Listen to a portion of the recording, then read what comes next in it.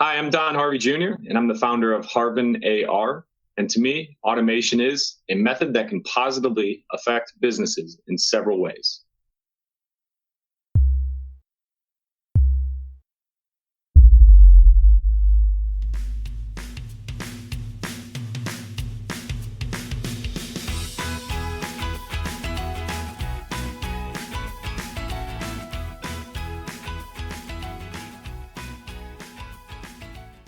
Hello and welcome to This is Automation. I'm your host, Corey Dallas. Thanks for joining us today.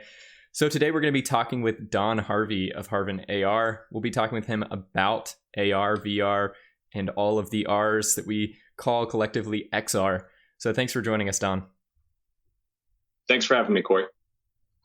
Excellent. So before we get into the nitty-gritty technology details, I wanted to learn a little bit more about you. So can you tell us where you're from? Where do you come from? Oh, wow. It's quite a laundry list of different places. So I originated out of Minneapolis, Minnesota, but currently reside in the greater St. Louis area. But I've lived in quite a bit of different states all across the U.S. So I'm what you would kind of consider a mutt. I have a similar background as well. I'm an Army brat, so moved around a little bit internationally as well. What was your favorite place that you lived? Oh, boy.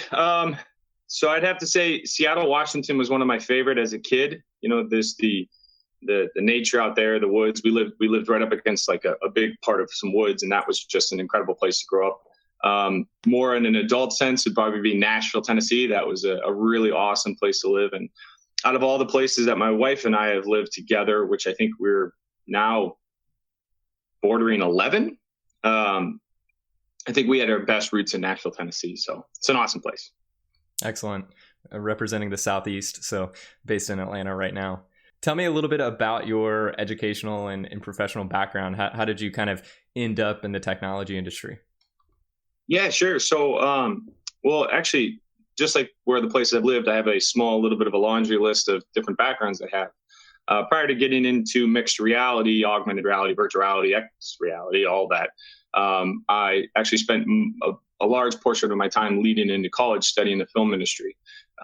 Definitely not acting, be a terrible actor, but all stuff behind the scenes, so such as film editing, special effects, running camera, lighting, all sorts of stuff like that. I studied enough that I had about a little bit of a short stint in the film industry. I actually left college to go join some productions out there and did the exact same thing that I was studying, all the production stuff behind it. So I did that about 2 years, and it was a great experience. Learned a lot of interesting stuff out there. Certainly some stuff that helped pave the way for my future career. And then after we left LA, moved back to St. Louis, I jumped into the industrial sector. So I became a sales individual for lightweight conveyor belt team and started calling on all sorts of different plants, pretty much living the show how it's made. And so I spent about 8 years doing that. And that was a really great career. I had a lot of opportunities and time spent on plant floors, working with all sorts of different individuals from maintenance, from sanitation, production, engineering, procurement. And I met so many different people that really helped educate me in that world. So that was so from film industry to the industrial sector and then into mixed reality. And I've been doing that for the better part of 4 years now. Yeah. That's a really interesting history. It's kind of like an organic transition. You've got this background in the film industry and, you know, how things are presented, and then you get to the experience in industrial, and now you're kind of, you know, bringing those two together in this, new venture. Working in the film industry, some of those skills that I learned then are like incredibly valuable in like marketing today and so many different ways. So it's really great to have that skill set, or that diverse skill set as well. Absolutely. So let's start talking about technology now. For someone who isn't super experienced in AR or XR technology, which would definitely be myself, can you give kind of me and the audience a brief introduction to, you know, what this technology is and what are the different types? Yeah, sure. So there's a lot of different ways to describe it today. And even when we talk about augmented reality, the most popular way of describing that is vision. You know, we're augmenting our vision. But what augmented reality is not necessarily just in vision. We can also augment our hearing. We can augment our taste. But right now, vision is the most popular one when you start seeing devices like the HoloLens 2. But there's a couple different other types of alternate realities. So we have augmented reality, we have virtual reality, we have mixed reality, and then we have extended reality, XR. And so augmented reality, just for kind of a very clear picture, is essentially where we're looking through a HoloLens such as this, and we're superimposing digital content in the real world. And that can also be achieved on phones and tablets, but we're essentially seeing the real world and then interacting with digital content in the real world. That's augmented reality. Virtual reality, on the other hand, is with a headset such as this. This is the Oculus Quest, the brand new one, which is very hard to get your hands on. And that's where we're actually looking inside of a headset and then entering into a virtual world and then interacting with digital content. So we're actually disconnecting ourselves from the real world around us and no longer seeing that. It's where you see all the popular videos of people falling down or running into a wall or smashing a TV because they're in that virtual world and interacting with digital content in there. Mixed reality kind of covers both AR and VR. And then extended reality is where we would essentially take a VR headset and then add some interesting depth cameras to it. So what we're doing is we're now looking in a virtual world that's created from our real physical world. So think of like being in a cubicle, and we're inside of our cubicle in the real world, but we see a whole different world among us. But we actually know that from spatially that we have our cubicle walls in this virtual world, and it's mapped through all sorts of sensors on the VR headset. So that's kind of where we're mixing both in a practical sense in AR and VR. Hopefully that gives it a good explanation of it. Yeah, absolutely. That's maybe the most concise explanation of this technology that I've heard. And I think I might actually understand it now. So when we look at all these different technologies, I'm kind of making the assumption that they're all based on some of the same, underlying components. Can you talk about what those are and how they all kind of work together to create these virtual or augmented environments? Yeah, I mean, as we advance with the hardware and progress further, there's going to be new types of technology that's created that we're going to start packing into the headsets. But I would say that with the HoloLens 2 now being available, that really kind of sets a little bit of a new standard. And along with like the Oculus Quest, as well as the Magic Leap 1, which I don't have one with me, but we talk about head tracking, we talk about eye tracking, depth cameras, spatial mapping, and all of that really awesome hardware that's packed into it.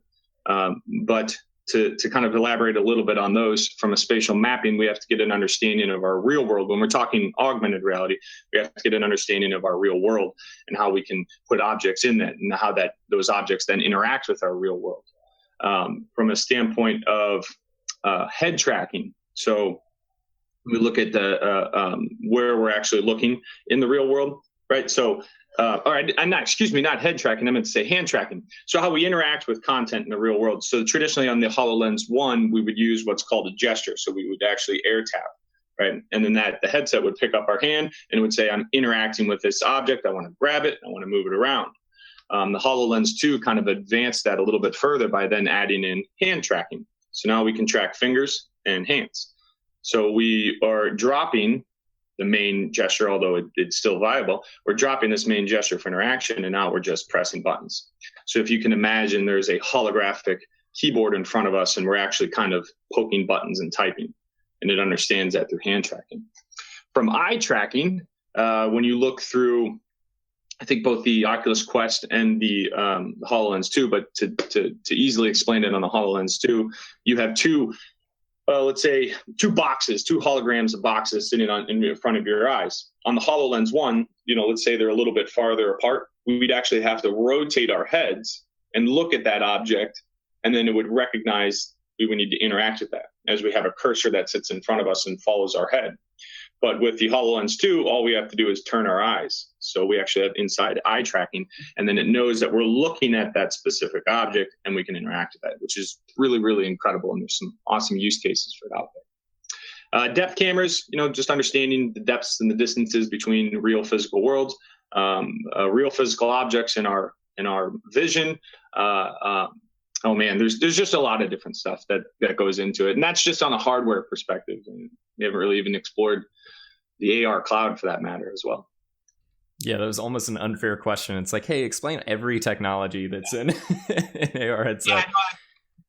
Yeah, there's we can spend a lot of time in a lot of these questions that we're going to be talking about and really forget the rest of them. So excellent. So I think that's at least a good enough introduction. I mean, from how you explained it, there's different sensing technologies and cameras that are helping us define the real world around us, in the case of augmented reality, and then also defining how we interact with it by tracking our eyes, tracking our hands and our fingers, and those things kind of come together with the compute and virtualization stuff to superimpose all of that into one experience. So I think that was a great explanation. Okay, so moving to Harven AR. Harven AR doesn't make these headsets, right? You've talked about some of the companies that do make these headsets, but can you talk about how what is your role in the process of implementing these types of solutions? That's a great question. So in terms of talking about like development and stuff, we use a lot of the popular programs that are already out there, such as like Unity. That's kind of our main development program. I can't speak to that too much. I'm not a coder myself, so I probably fumble over a little bit of my words. But in terms of how we implement our solution and how Harven AR implements its internal services, I can talk greatly on that. So in terms of the platform we've developed, our focus is developing a robust and versatile and agile mixed reality platform for our clients to leverage within their business. What I mean by that is like developing practical mixed reality tools in the form of pre-built modules. These modules are packed with let's say universal functions covering like a broader range of use cases, or maybe a very highly focused set of use cases.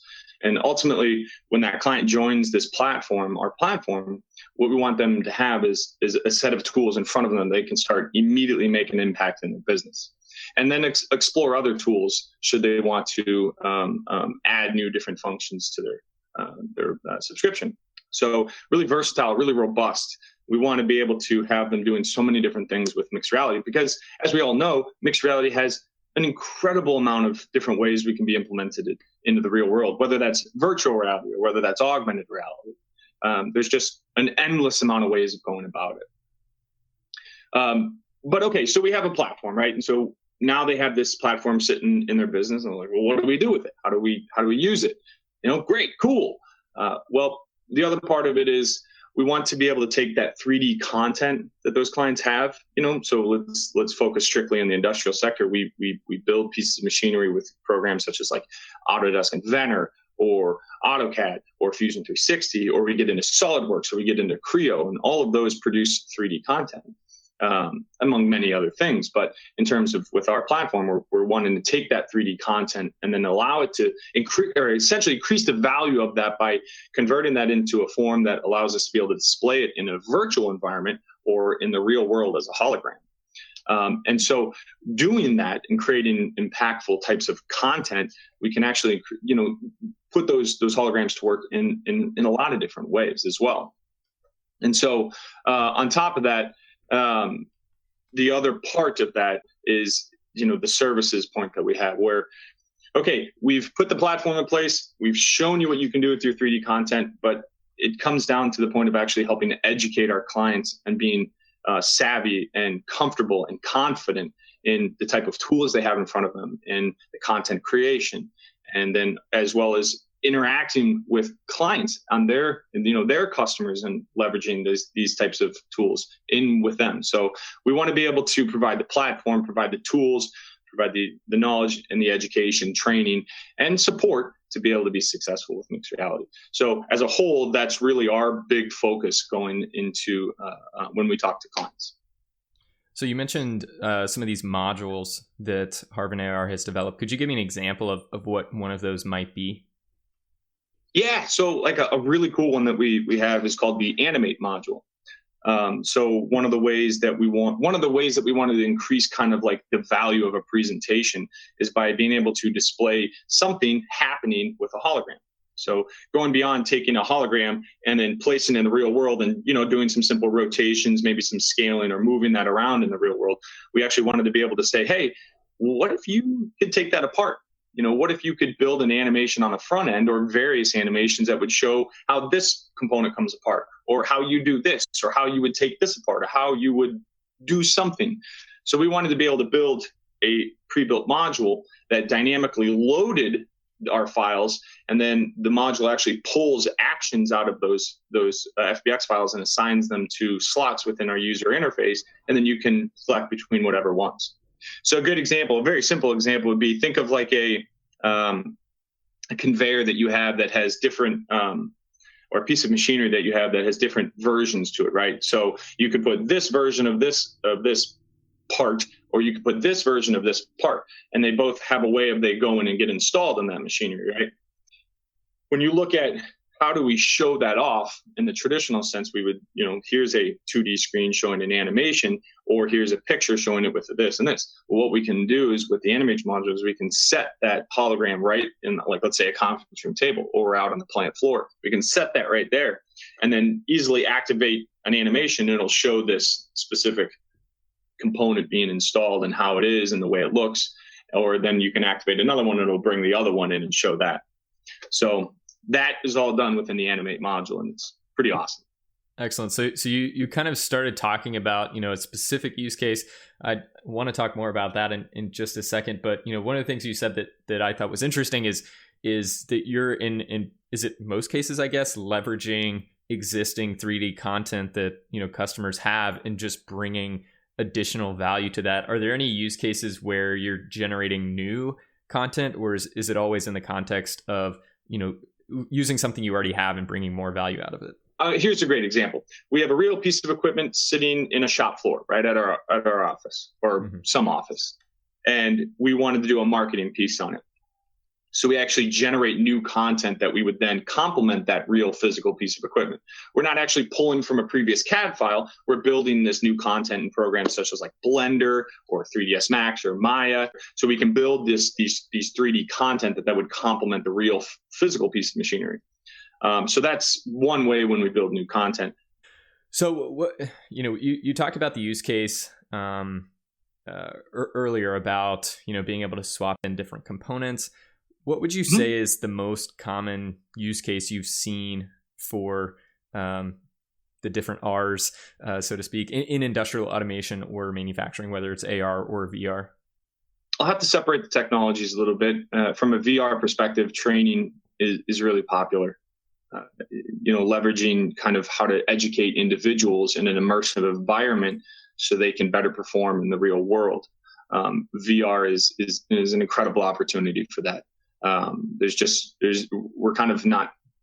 There's really no limitations on how we can build this training content, especially in a virtual environment. So that's really one of the most popular areas that I see VR being used, among many other ways. And there's even some edge cases that companies are exploring. And I'll give an example of that real quick. There's a company out of Nashville that I met before that is using it to help addiction. So essentially, if we can create a virtual environment that would be a normal place in the real world that person would visit and then not be able to say no with whatever that may be, we can actually place them into that real world, that virtual world that's very realistic or as realistic as possible, and have them go through that same type of experience that would otherwise take them down a path that they wouldn't want to go. And so VR presents a great opportunity for that. And that's a little bit more of an edge case in compared to like training on how to dismantle machinery or so forth. And then in augmented reality, I'd probably lean more towards populars like sales and marketing, some training for sure. There's plenty of companies exploring that, but probably sales and marketing. From one of the best, and unfortunately I don't think we're going to have any more trade shows for the rest of 2020, but, leveraging this type of technology, augmented reality for trade shows is a very, very great way of going about it. Absolutely. So, I think some of those use cases seem pretty clear when we talk about, sales and marketing, service, training. There's I think really clear benefits there, safety advantages, how we can use this technology. What are some of the use cases that you see as more growth areas? Maybe the technology is not there yet, or there's just certain edge cases that are working now that you see are going to grow in the future. Yeah, I'd probably say it this way, and this will kind of hint on a training perspective, but that's not what I'm focused on. I don't, not in the sense that, in the way that I'll describe this is not in the sense that I'm looking at a hologram and it's telling me how to dismantle this, right? But I would say that another huge opportunity and growth area is knowledge acquisition.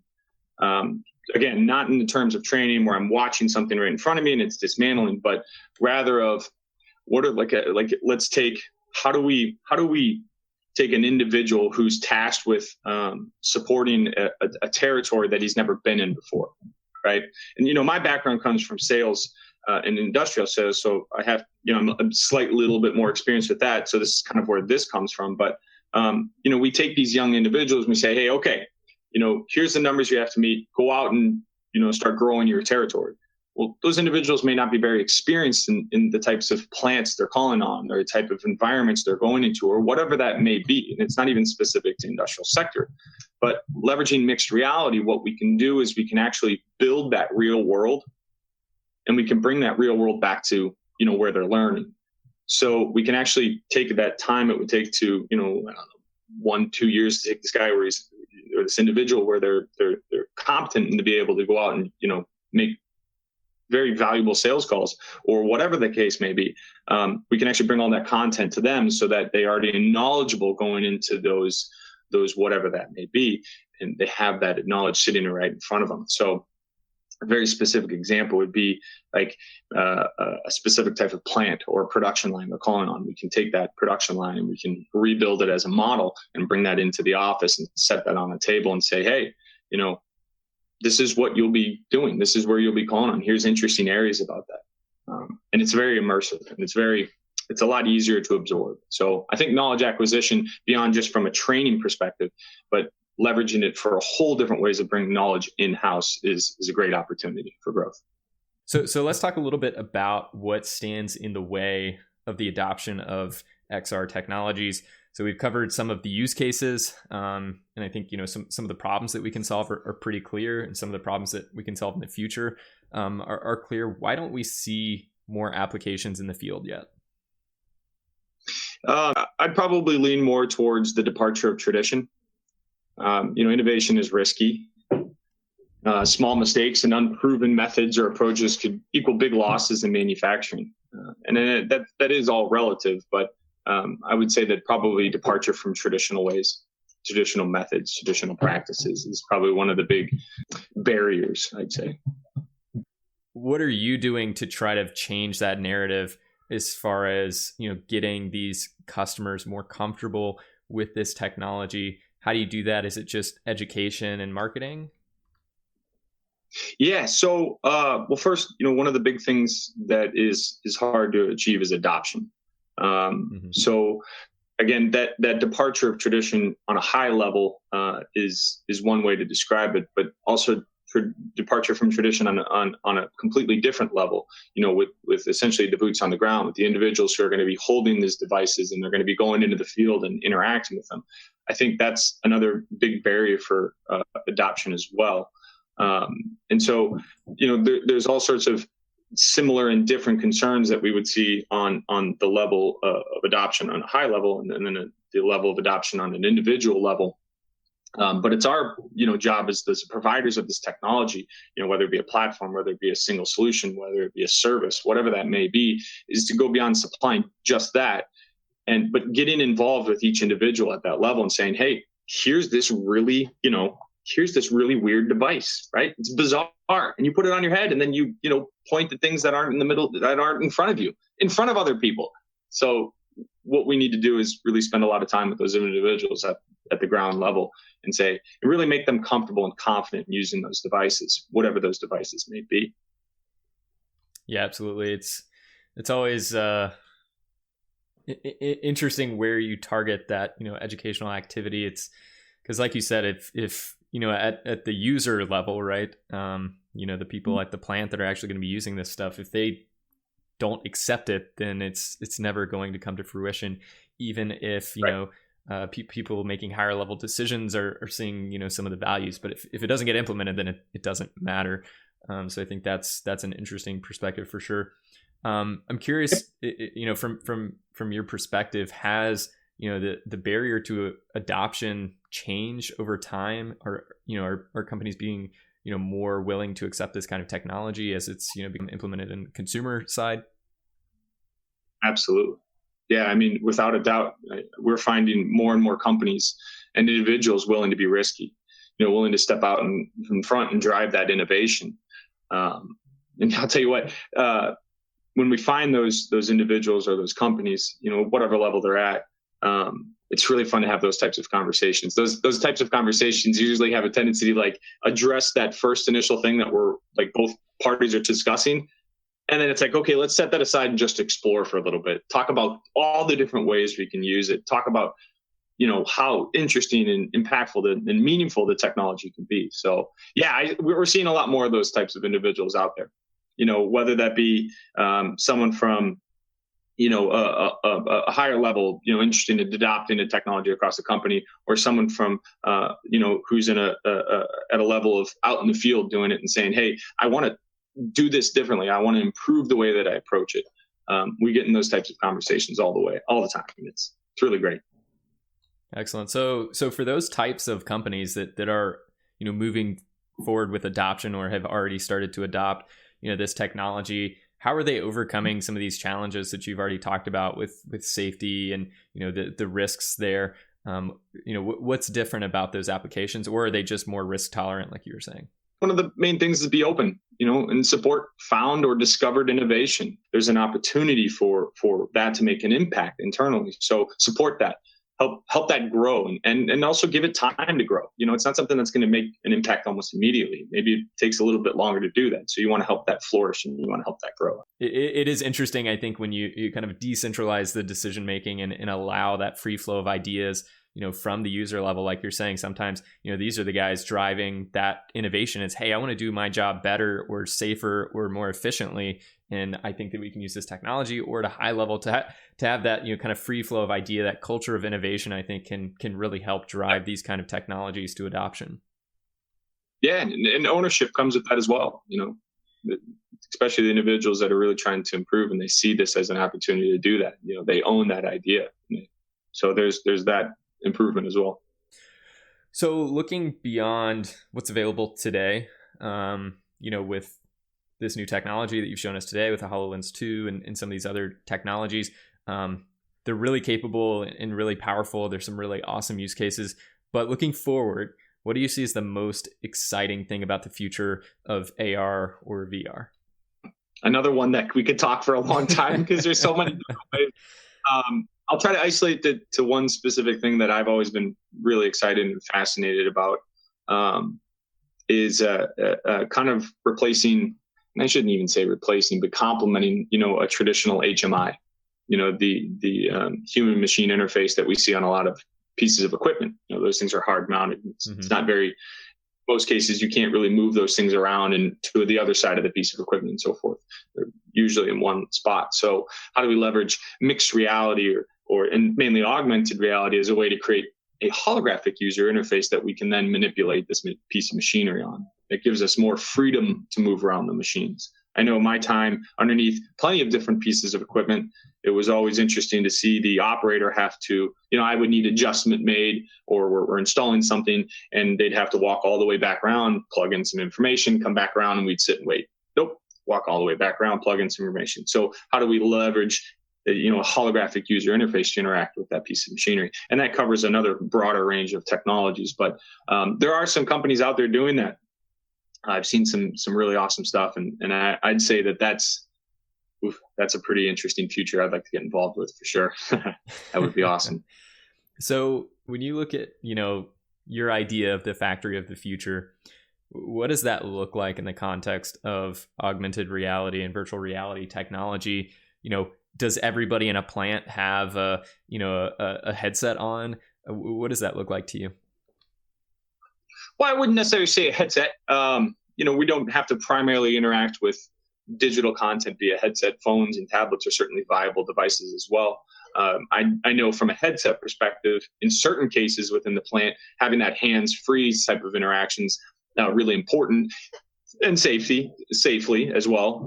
But that doesn't mean that everything. I mean, there's all sorts of information that's occurring inside of a plant floor, and how do we interact with that information, that data, in a impactful and usable way that helps us make smarter decisions or helps us respond quicker. I think that AR on that level can have a big impact across the whole entire plant floor.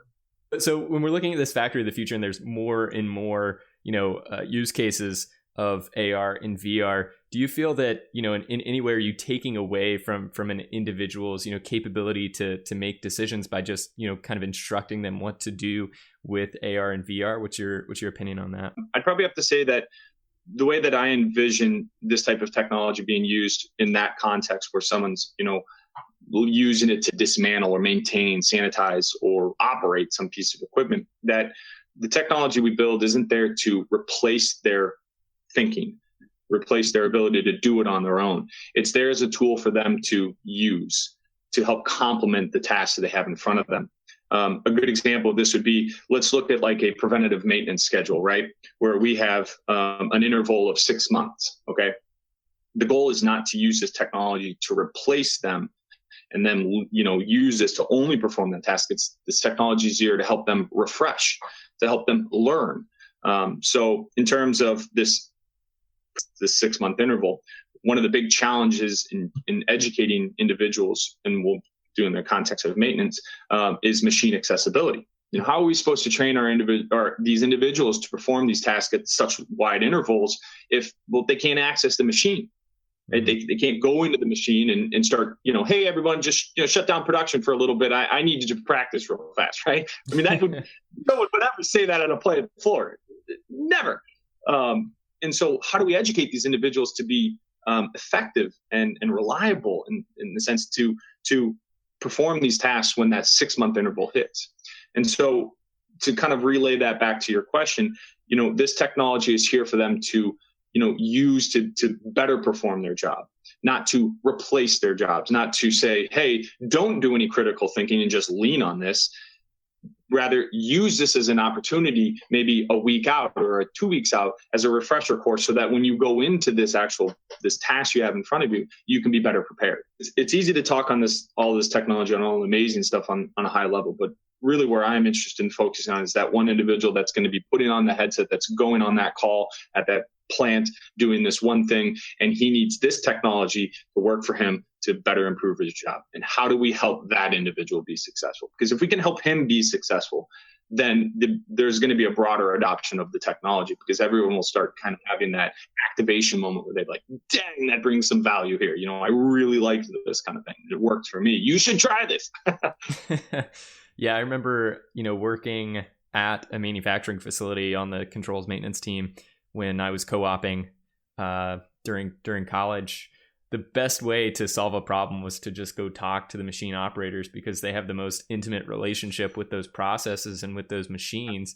And yeah, if you really wanted to put together an impressive solution, just go talk to them. They'll tell you exactly what to fix. I think this is, a similar kind of bottom up approach is, hey, we want to implement this technology. What is the best way that this can help you do your job better or safer or more efficient, and really allow the operator or the maintenance tech or whoever that's actually going to be using the technology to own that solution and help drive that implementation for sure. So, and then let them kind of explore, let them discover ways that I may not even be knowledgeable of, that, like, I have my, you can do this, and this is how you can do it. But it's kind of like, okay, throw that aside.